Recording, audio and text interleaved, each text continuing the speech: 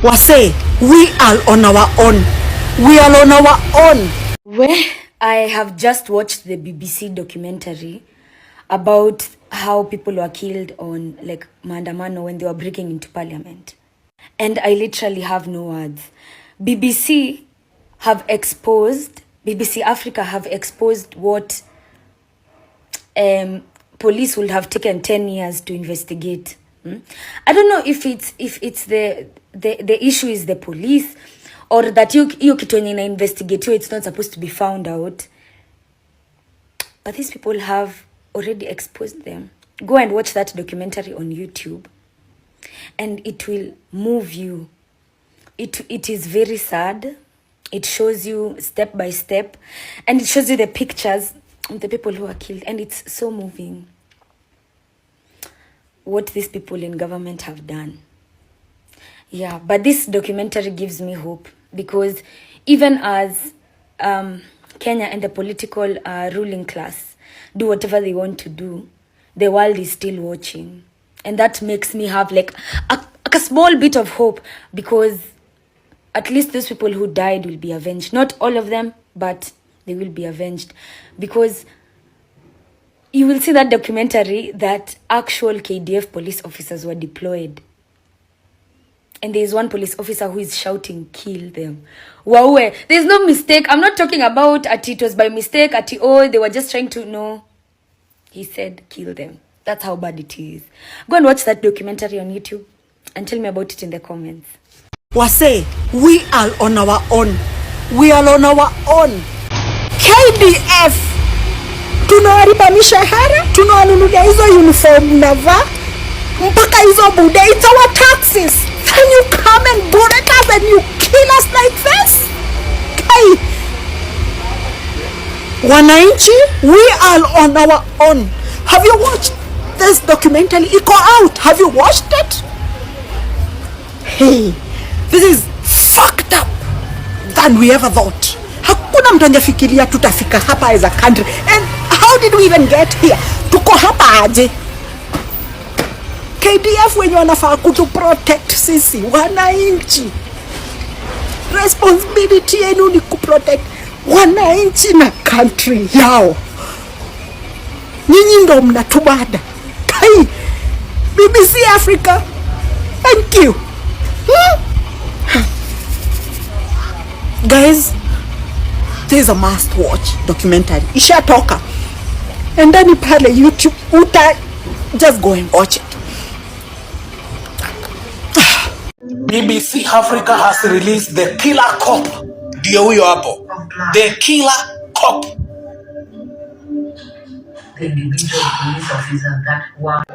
So guys, BBC wame-release your documentary. Na sijui kama you have taken 30 minutes of your life to go and watch it. Mimi nimewatch mpaka the 11th minute. And yani umse akirudi mimi nitaamini tu ya. Guy, the 11th minute ilikuwa it's a photo yenye imeonyeshana huyo jamaa mwenye alishutiwa hapo nje hivi. And the presenter is saying a photographer took this and the photographer didn't know he was taking the last 3 seconds of this man's life. Calm my chest down. It's getting hotter, but look at the document and read.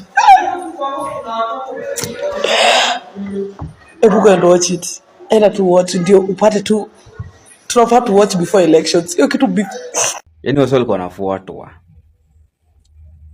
from na nyuma, like police na KDF walikuwa wanatufuata huko nyuma, aiming the guns kwa watu innocent. Hiyo documentary ukiona utajam.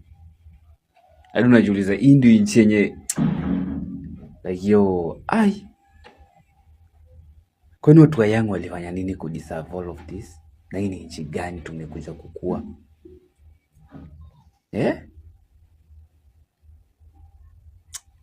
Anyway, ya dunia ni hapa tu.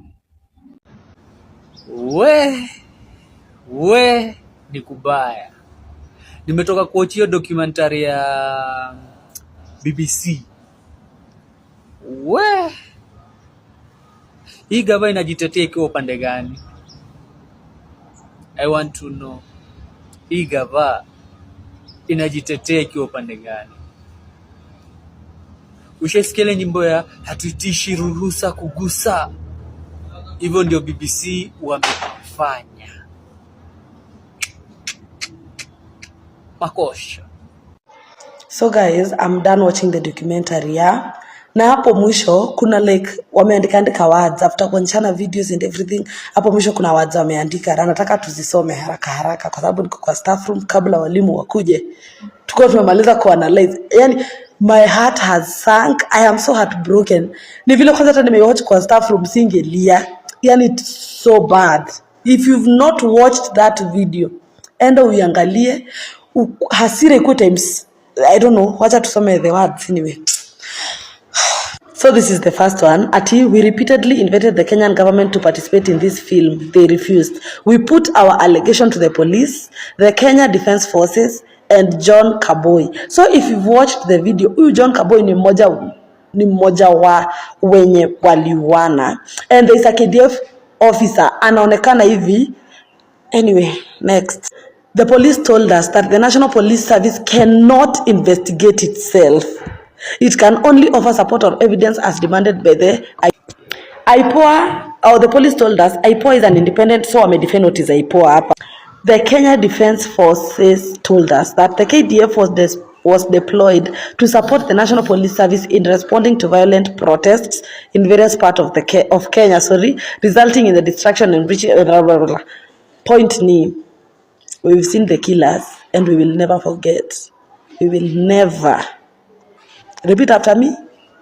We will never forget. Thank you. This BBC documentary, it's so sad. And there are things we will never forget. We cannot forget that Kenyans were killed on the street by their own government for demanding for better governance, for demanding for less taxation. We will never forget that Kenyans, young Kenyans, Kenya's future was killed outside parliament. We will never forget.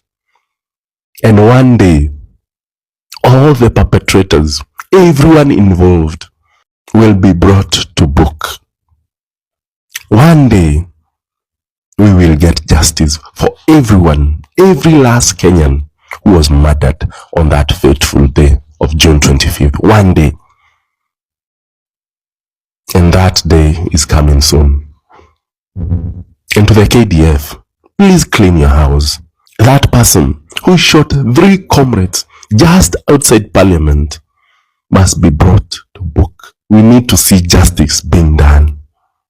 We demand justice. Otherwise, we will never trust you again.